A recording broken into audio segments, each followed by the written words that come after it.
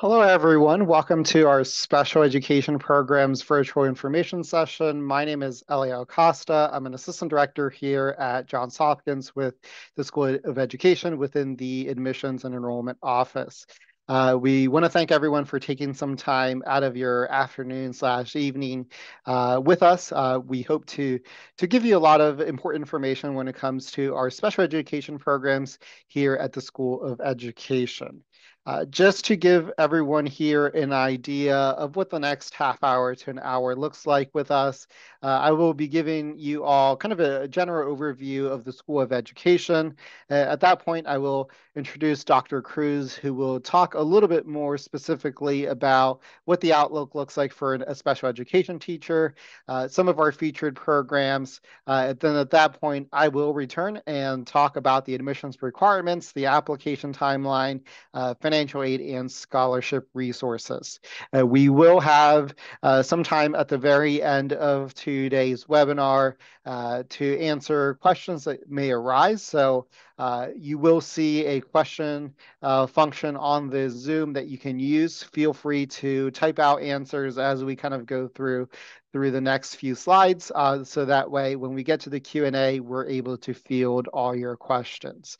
So to start off here, the School of Education is one of 10 graduate schools, or schools, I should say, within Johns Hopkins University. Our enrollment is just under 2,000 students, or if you want to be exact, you'll see there 1,741. We have over 109 full-time faculty. We award typically 920 degrees annually, and we have a growing alumni network of 24,000.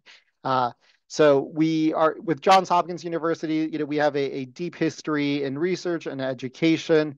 We're proud to say that we're ranked number 8 in the best education schools by the U.S. News and World Report. We have a very diverse student body, as you can kind of see some of the demographic breakdowns when it comes to male and female. We have a growing population of international students from 47 different countries. And then additionally, you will also see the breakdown when it comes to race and ethnicity. So again, just to kind of give you just a general kind of snapshot of what the School of Education looks like. But moving forward here, I am going to turn it over to Dr. Cruz, who will walk with you in terms of filling you with some additional information about our programs.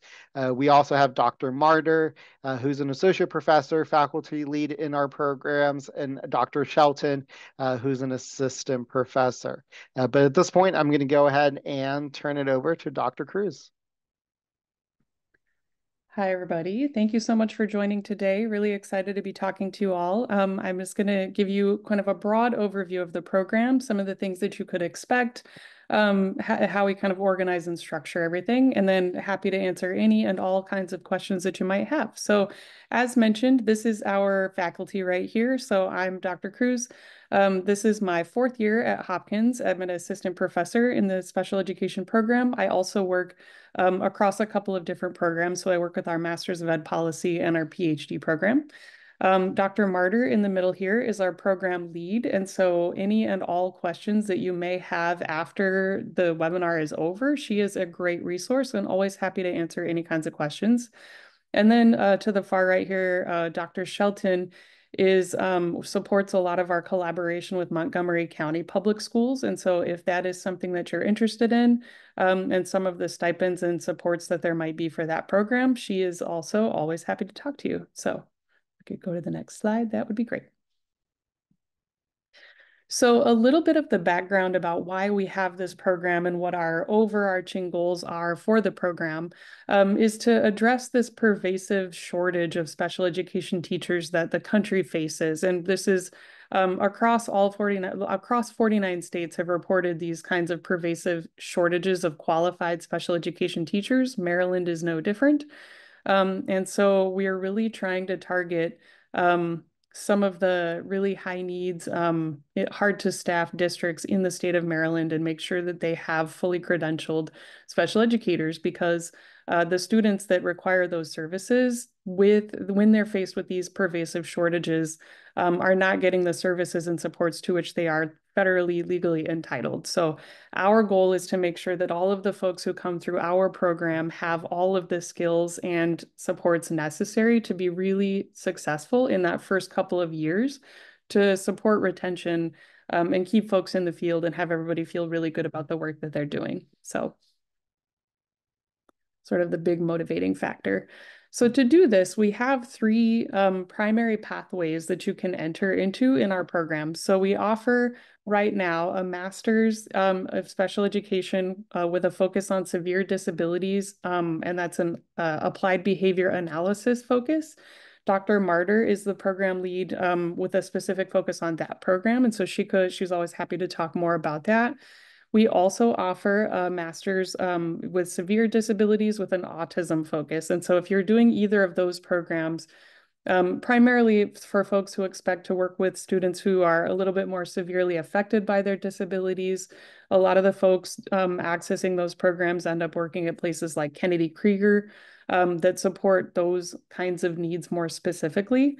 We also offer more of a generalist credential, which is our mild to moderate disabilities pathway. And so if you were in that program, you can select into the master's with credential option or just the master's option. And if you choose the master's with credential, I'm going to talk a little bit more about what that looks like in a few slides here. Then you end the program with a master's degree and certification to teach in the state of Maryland. So, go on.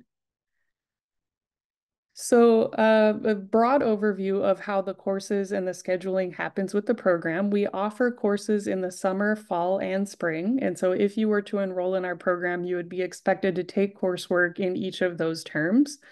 We offer these classes in the evenings because a lot of our students are full-time working professionals. We either have folks who are paraprofessionals who are already working in classrooms, or we have folks who are already on an emergency credential and working to clear their credential and get their master's degree. So, or any kind of job that you're doing, we offer our coursework usually from like around 4:30 or 5 in the afternoon up until into the evening. Because of the partnerships that I mentioned that we have with Montgomery County, we also have some partnerships with Howard County and Prince George's. All of our instruction is primarily located at the Applied Physics Lab, which is in Laurel. So this is an important point because if folks that come into our program expect to take courses here in Baltimore on the Homewood campus, our coursework happens over in Laurel. So they're quite different locations. So if you have questions about that, I'm happy to talk more about it. That being said, about half of our courses are offered in some kind of online format. So half the instruction happens out at Laurel and the other half is primarily online. So that may be a course that's asynchronously offered. So you just engage in it in this online and your instructor will provide feedback offline.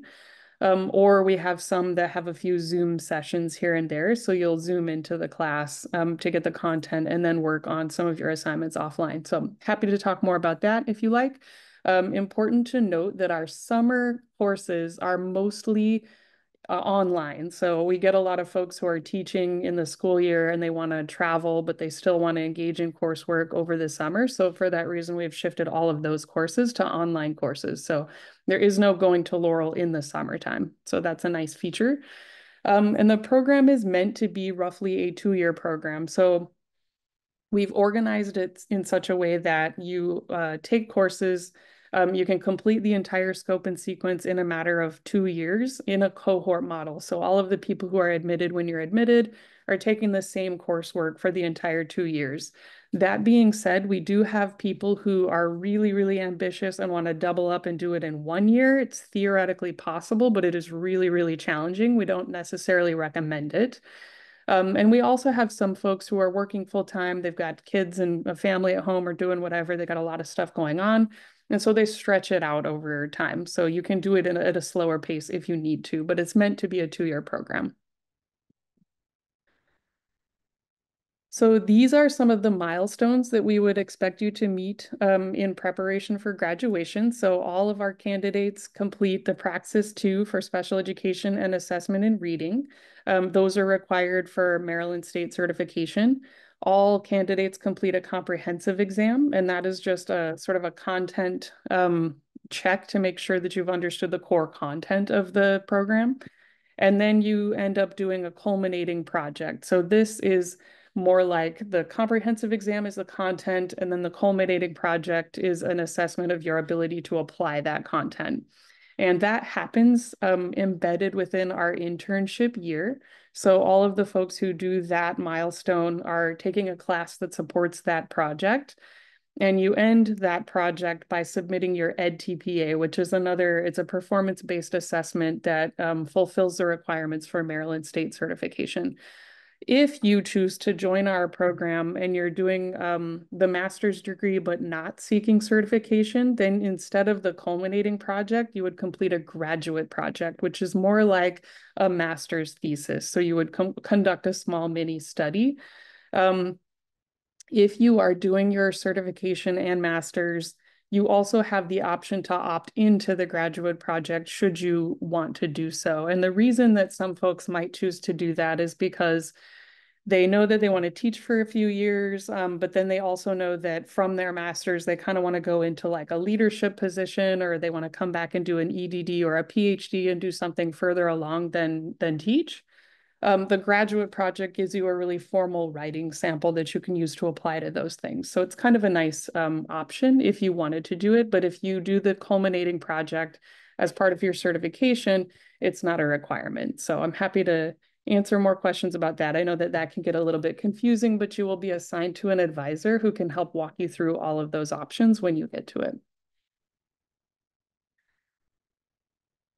Whew. So a little bit more specifics about the autism-focused Masters of Special Education. So this is meant for folks who want to gain expertise in specialized instruction to really build up their toolkit to meet the educational needs of students who are identified with autism spectrum disorders in K-12 settings.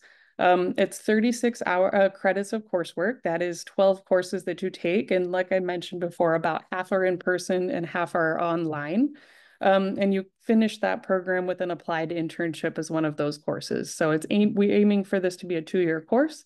I mentioned Dr. Martyr is the go-to person for this program. So definitely reach out if you have interest in this focus specifically. And just to give you a broad overview of some of the coursework that you would take for that program. So all of the asterisk courses here are the ones that we offer online, and the ones that don't have an asterisk are the ones that get face-to-face instruction out in Laurel. So you can see that you would learn some specific techniques, for example, in instructional planning and management. So how you manage instructional processes for students with those disabilities. You would also get some coursework specifically in how to build inclusive practices for students with disabilities related to autism. So a lot of different things in the scope and sequence here that support students with autism spectrum disorder. So I will talk, sorry. There. So this is the program that I specifically work in. Dr. Shelton and I work in the mild to moderate disabilities focused program. So I can answer a little bit more specifics about this if you have questions specifically related to this program. This is for folks who want to work with students who are a little bit less severely affected by their disabilities. So most of them are fully included. You also might be working with students in pull-out supports or it's typically meant for people who want to work with students who spend about 60 to 80% or more of their day in general education settings. So you gain expertise in this program at creating specialized instruction to meet the needs of students with those kinds of support needs. There are 2 different choices that you can make if you choose this option. You can either do elementary middle, and that certifies you for grades 1 through 8, or you can select secondary, which certifies you for grades 6 through 12. So if you wanted to work with middle school age students, you are kind of lucky in that you can pick either of those pathways. But it is important to note that if you already are working in a school setting and you wanted to use that setting for your internship year, it needs to match the credential age that you've selected. So like if, for example, you're working in a first grade classroom right now and you want to do your internship in that classroom, that's possible to do, but only works if you've selected the elementary middle pathway. It doesn't work if you've selected secondary. Then you would have to do your internship in a secondary setting. So the focus in this program is really on methods. So making sure that you have the instructional skill set, the pedagogical skill set to deliver specialized math instruction, written language instruction, helping support students with transition, behavior supports, classroom management, and things like that. Is 39 credits of coursework. That is 13 courses, and it includes 2 internships. So it's 2 different semesters of internship. Most folks do the 2 semesters in the same setting, but it is possible for you to do 2 different settings if you're trying to get some different experiences. We have an internship coordinator that helps connect you with those opportunities if you aren't already using a setting where you currently work. And it's a 2-year cohort model program. So like I said, some people do choose to go a little bit slower and, take a longer time to complete the program. It's intended to be for 2 years. And just like we talked about with the autism coursework, here is a sample of the scope and sequence that you would engage in this program. Again, asterisks indicate an online class. And some of these are specific to folks who are doing secondary. Although maybe we don't have it on here, but if you are a secondary person, then you would take, for example, our diversifying the general education curriculum, which helps you understand different pedagogical supports for helping students access grade level STEM content.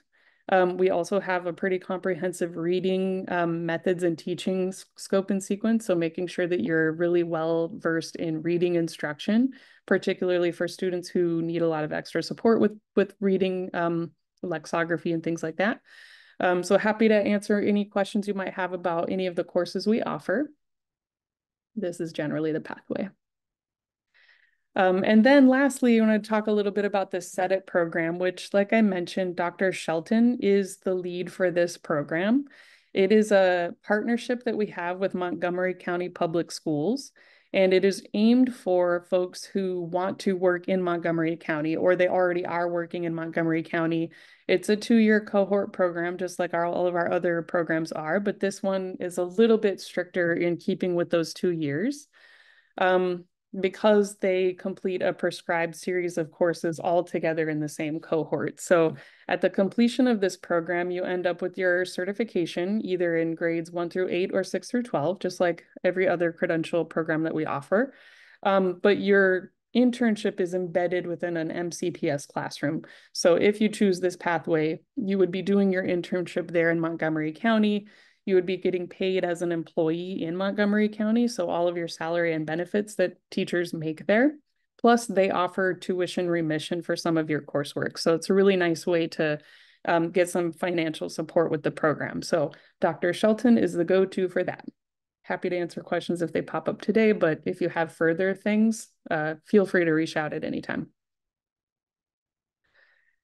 So kind of want to talk a little bit about what we're looking for these programs. Just letting you know that the program is built for folks who are seeking initial special education certification through a state approved program.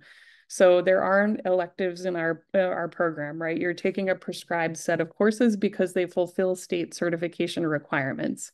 If you want to have an autism focus or an ABA focus, we have some really good options there that really help you with those specific skills. But it's important to note that it's 2 years of intensive graduate coursework. It isn't like an all online sort of opt-in program. It's an intensive graduate program because thinking back to that initial slide where we're really trying to fill the special education pipeline and make sure that everybody is fully prepared when they get out into the field. We ask you to work pretty intensely during that 2 years to make sure that you leave our program with the skills that you need. So it takes a lot of work, but if you are willing to engage in that, then there is a lot of benefit to that. So I want to talk a little bit about our Rising into Special Education Teacher Collaborative, which is a part of our Montgomery County partnership. This is a little bit different than the Set It program, though, in that this is a 2-year MMD cohort funded by the Maryland State Department of Education. So we have a grant that we're working with right now, MSDE, wherein they are helping folks who want to do a 21st century practicum to earn their special education credential. So it's all of the same sort of criteria as with Set It. Your internship would be completed with Montgomery County Public Schools. If you're eligible for the RISE program, though, there is an additional stipend support. So I'm not sure the exact dollar amount, but Dr. Shelton is supporting this program too because it's very similar to Set It. So feel free to reach out. So in order to be a RISE candidate, you need to already have your bachelor's degree, and then you need to be seeking a master's degree plus certification. So folks who are doing the RISE TC need to be doing the master's and credential. It's not for folks who just want to get their master's. This is geared towards folks who want to teach. So if you want to serve students with disabilities, it's less for folks who want to get their master's and then go on to leadership or postgraduate work. So it's 2 years, it's intensive. It comes with some extra requirements around professional development in order for the stipend to be able to be paid out. Um, and so yeah, we're happy to talk more about that and all of the kinds of things that we're working on with that collaborative if you want to know more about it.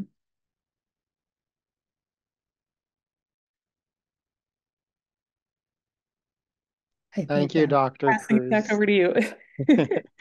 Awesome. So I'm going to talk a little bit about the application requirements in terms of what we require in order to review your application and also the timeline. So I will say that if you're interested in the fall of 2025, the application is currently live, with the deadline being July 15th of 2025. As always, we would recommend you to submit your application as soon as possible, just so it allows the admissions committee to review and read your application, but it also helps, clear up any clarification when it comes to the documents that you're submitting. So in the candidate, in terms of what we look for, right, is we will look at your cumulative GPA, both from, undergraduate or graduate studies. We typically are looking for a 3.0 out of a 4.0 scale, but we do a holistic review. So if you do find yourself below a 3.0, I would still encourage you to apply. You're more than welcome to make an appointment with myself, and we can kind of talk about what that looks like. But I did want to kind of make that side note there. Additionally, right, you will need to complete an online application through the SOE website. There is an $80 application fee that you will need to pay. Additionally, we will require all official transcripts from post-secondary institutions that you've attended. That includes transcripts from universities or colleges that you attempted credits in, or completed your degree from. The other piece that we will use to review your application is your essay and your personal statement. So if you go directly to our website, you will find the prompt. It's a 500-word essay that we will ask, or a personal statement from you. We also will ask you to upload a resume and cover letter. And we also will request 2 letters of recommendation. So you want to start thinking about who you want to ask in terms of recommending you into the program, right? We typically will provide guidelines, right, in terms of maybe finding individuals who can kind of speak to your abilities of working with children with disabilities. But I would leave that to your discretion. We also have an interview, which is typically done through a phone or through Zoom.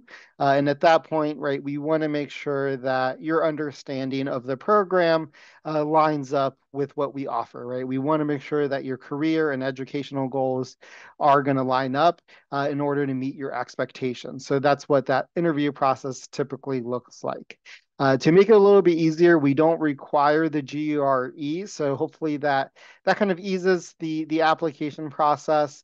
But if you have any questions about what we require, feel free to drop it in the Q&A, or if you want to set up an individual appointment to talk about your case specifically, I'm more than happy to connect with students to talk about, the admissions timeline and the requirements that we look for. And I'll add a link here at the end of today's webinar with my scheduling appointments. But moving on from that, I do want to make a note that this program specifically cannot sponsor F1 visas, right? So if you do require an F1 visa, right, this program is not going to be, it's not necessarily going to be a good fit.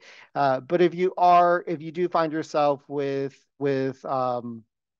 your educational background being outside of the US, we do require a course-by-course evaluation of your academic credentials through one of our approved credential evaluation agencies, which again, you can find there on that link on that website. For international students, that want to pursue this degree and don't require an F1 visa, right? There is an English proficiency exam requirement that we do require, which you'll see there on the screen, whether it's the IELTS or the TOEFL. But again, I just want to make sure that you have an understanding that this program cannot sponsor an F1 visa. When it comes to tuition and cost, this will give you kind of an idea of what the 24 to 25 academic year looked like. So a cost per credit, you're looking around $1,086. So for a 3 credit course, you're looking around $3,250.